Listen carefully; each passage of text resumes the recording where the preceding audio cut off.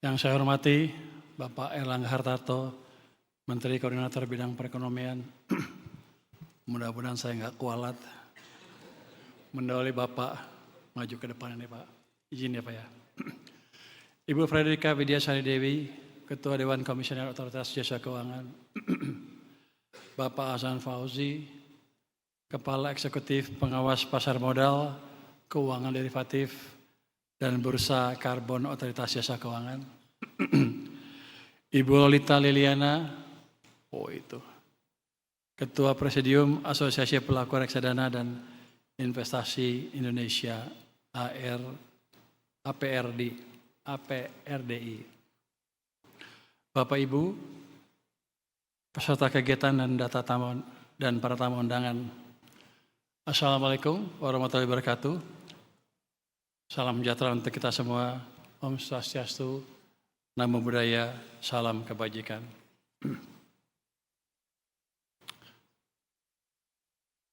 Pertama-tama, marilah kita panjatkan puji syukur kehadirat Allah Tuhan Yang Maha Esa, karena atas rahmat-Nya kita semua hadir dalam momentum penting ini, yaitu peluncuran program investasi terencana dan berkala atau pintar reksadana. Saya juga ingin menyampaikan apresiasi kepada Otoritas Jasa Keuangan, Asosiasi Pelaku Reksadana dan Investasi Indonesia, dan seluruh pihak terkait yang telah mempersiapkan dan menyelenggarakan kegiatan ini dengan baik. Kita berkumpul pada hari ini dalam sebuah momen krusial bagi sejarah pasar modal kita. Pertemuan ini bukan sekedar sosialisasi, regulasi, atau peresmian program kerja institusi, melainkan sebuah pernyataan sikap bahwa Indonesia siap membangun ekosistem keuangan yang tangguh, berintegritas, dan inklusif. Melangkah ke depan, arah pembangunan kita sudah sangat jelas.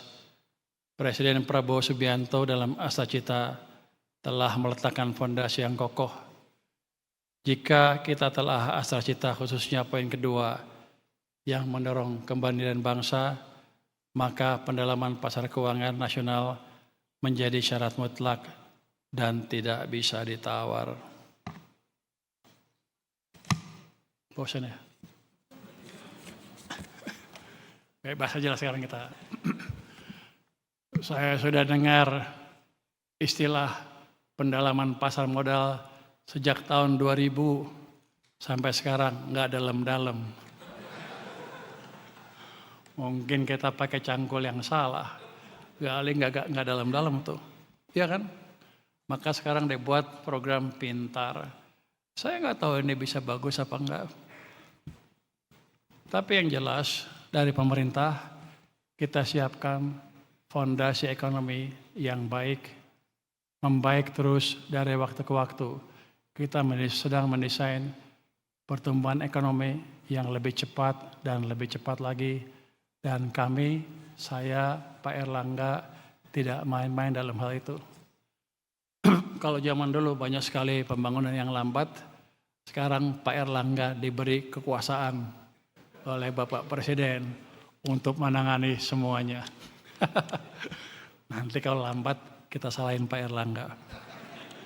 Tapi enggak, kekuatan sekarang diserahkan ke satu kelompok, satu satgas yang bisa menyelesaikan semua keterlambatan yang ada di sistem perekonomian.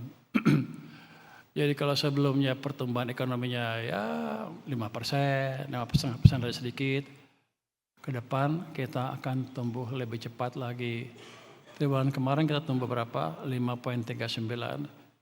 Triwulan pertama mungkin akan tumbuh 5,5 ke atas. Triwulan kedua juga seperti itu. Di tengah gejolak ekonomi global yang nggak jelas itu, kita bisa mampu menciptakan pertumbuhan domestik yang cukup baik. Dan ini yang akan terjadi terus ke depan. Biasanya pergerakan bursa atau saham tergantung pada pergerakan fundamental ekonominya. Kalau ekonominya bagus terus, Walaupun sekarang banyak berita negatif yang jelek-jelekin saya katanya. Tapi saya tahu betul yang kita jalankan nggak main-main. Reformasi kita perbaiki, reformasi betulan. 3 bulan pertama tuh pajak saya tumbuh 20%. Nanti akan lebih. Biaya cukai juga direformasi. Yang lain juga kita reformasi dengan cepat. Sekarang program pembangunan pemerintah dimonitor oleh Pak Erlangga. Harusnya akan lebih cepat lagi. Ceteris paribus dengan keadaan yang sama, tanpa reformasi industri yang berlebihan, kita bisa tumbuh 6% dengan hanya menghidupkan private sector dan government sector saja. Itu modal awal. Belum lagi nanti kita rubah struktur ekonominya secara bertahap. Jadi pertumbuhan 8% mungkin orang-orang bilang terlalu tinggi, tapi kalau untuk saya sudah hampir kelihatan nanti 2 tahun, 3 tahun lagi Anda udah ngeliat tuh angka 8% udah nyundul-nyundul ke atas. Artinya prospek pasar saham kita juga akan naik dengan signifikan. Cuman begini, kan nggak semua penduduk atau masyarakat kita punya waktu untuk melihat saham dari hari ke hari. Sebagian kerja profesional ini dan itu. Kalau gitu, gimana caranya mereka bisa menikmati pertumbuhan ekonomi dan yang nggak langsung di pasar saham itu? Yaitu ya menyerahkan ke ahlinya. Ahlinya dalam ini adalah pengelola fund ya, fund manager dalam bentuk reksadana bisa macam-macam. Kalau takut ya reksadana apa mata uang yang pendek ya. Agak berani dikit reksadana obligasi, berani lagi dikit reksadana saham. Nanti kalau udah nggak ada kerjaan, udah pensiun, udah saking jagonya, bolehlah main saham sendiri. Tapi dalam keadaan seperti sekarang, ketika bapak-bapak, ibu masyarakat masih sibuk, kasihlah ke ahlinya. Jadi asosiasi ini ya, apa namanya? APRD itu suatu wadah yang bagus. Asal dikontrol aja Bu. Jangan sampai mereka juga main-main. Asal mereka dikontrol dengan baik, itu suatu tempat yang paling aman bagi masyarakat untuk menaruh uangnya dengan aman.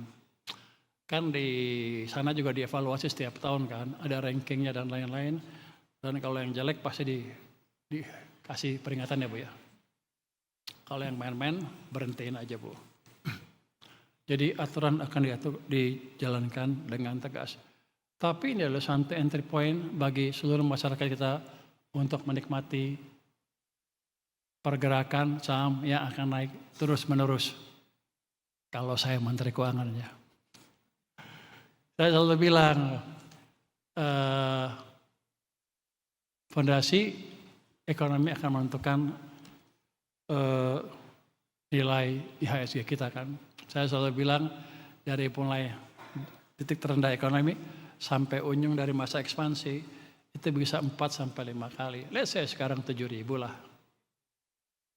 Ekspansi kita akan berlangsung sampai 2029-2030. Itu saya bilang bisa 4 kali. Bisa lah 28.000 ya. Paling sial. Mereka bilang itu purbaya gila. Coba kalau Anda lihat tahun 2002, kan indeks 200-an. 2009 udah berapa? 2.500. 10 kali naik ya. Jadi itu bukan hal yang tidak mungkin kalau kita kembangkan pertumbuhan ekonomi yang baik dan itu pasti akan terjadi. Sekarang juga banyak Gen Z yang berinvestasi di pasar modal kan sekitar 57%. Kalau Gen Z biasanya so tahu kayak saya lah. Main. Gak apa-apa kalau dibekali ilmu yang cukup. Tapi kalau nggak cukup, biar aja ahlinya yang bekerja. Anda pelajari si ahli itu kerjanya gimana. Nanti kalau Anda merasa lebih jago, baru Anda langsung menin pasar saham. Jadi intinya bagi investor muda untuk berhasil berinvestasi, bukan otomatis kalau Anda masuk ke pasar saham langsung jadi jago. Anda pelajari dulu pengetahuannya, baru nanti Anda bisa untung lebih tinggi dari profesional-profesional yang di pasar modal atau yang di asosiasi ini. Kalau Anda memang jago. Tapi kalau enggak, ikutin aja dulu sambil belajar. Program pintar adalah jawaban atas risiko. Jadi berinvestasi selalu ada risikonya. Katanya high risk, high gain. No risk, no gain. Low risk, low gain. Selalu ada itu. Kalau Anda nabung di bank, itu bukan dihitung investasi. Karena aman, risikonya tinggal di banknya aja. Jadi Anda mesti ngerti teman-teman kalangan muda atau kalangan ibu-ibu yang nggak tahu pasar saham, pasar modal, ada ahli yang mengelola di pasar modal. Mereka cukup baik. Ada risiko, tapi biasanya lebih terukur. Program pintar adalah jawaban atas risiko yang ada pada reksadana tradisional melalui mekanisme rupiah cost averaging yang terotomasi, yaitu menyisihkan uang dengan jumlah tetap secara rutin dalam periode tertentu dengan prinsip compounding. Pintar memitigasi risiko market timing. Anda tidak perlu lagi pusing kapan waktu terbaik untuk masuk ke pasar. Pintar membuat kita juga untuk berdisiplin, berinvestasi secara rutin, sehingga harga perolehan investasi kita menjadi rata-rata yang optimal dalam jangka panjang. Kalau dalam ilmu pasar modal, ilmu finance, ada yang bilang pasar itu nggak bisa ditebak, itu random walk. Jadi kalau sebagian dari sini dia taruh aja, hold sampai berapa tahun kemudian sampai mature. Itu juga baik karena mereka bilang kita nggak bisa nebak kapan harga naik, kapan turun. Sebetulnya kalau yang jago bisa, tapi yang jago cuma sedikit. Jadi anggapnya semuanya nggak tahu. Tahu reksadana, biar mereka mainkan. Jadi investasi dalam hal seperti ini ditaruh di ahlinya, biar mereka kelola. Kalau mereka ngaco, biar OJK yang hukum, ya Bu ya. Ada penggelapan, kita masukin penjara. Ini adalah investasi yang pintar, menggunakan teknologi untuk menghilangkan hambatan psikologis, memitigasi risiko volatilitas, dan memastikan bahwa setiap rupiah yang kita sisihkan setiap bulan bekerja secara maksimal untuk masa depan kita. Masih ada. Saya pikir udah habis. Bapak dan Ibu sekalian, teknologi aja nggak cukup. Teknologi tanpa integritas adalah resep menuju bencana. Kepercayaan adalah mata uang tertinggi di pasar keuangan. Jadi teman-teman yang terlibat dalam memanage uang juga harus hati-hati. Sekarang saya ikut ngawasin. Kalau ada macam-macam, saya hajar Anda. Walaupun Ibu Ketua OJK dulu yang hantam ya. Tapi saya nggak akan lepaskan Anda dimanapun Anda berada kalau Anda main-main. Integritas adalah hasil harga mati. Dengan pasar yang bersih, investor domestik akan merasa aman, dan investor global pun akan melihat Indonesia sebagai tujuan investasi yang kredibel. Mari kita jadikan pekan reksadana ini sebagai momentum untuk memperkuat perencanaan keuangan kita.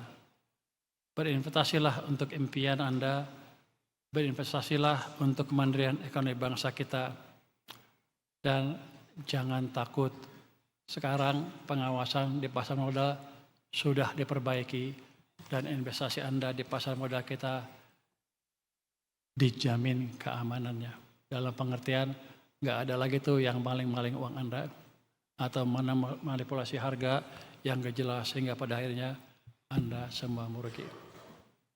Pasar modal kita sudah memperbaiki integritasnya dengan baik. Ke depan inilah tempat yang aman untuk berinvestasi. Terima kasih. Wassalamualaikum warahmatullahi wabarakatuh.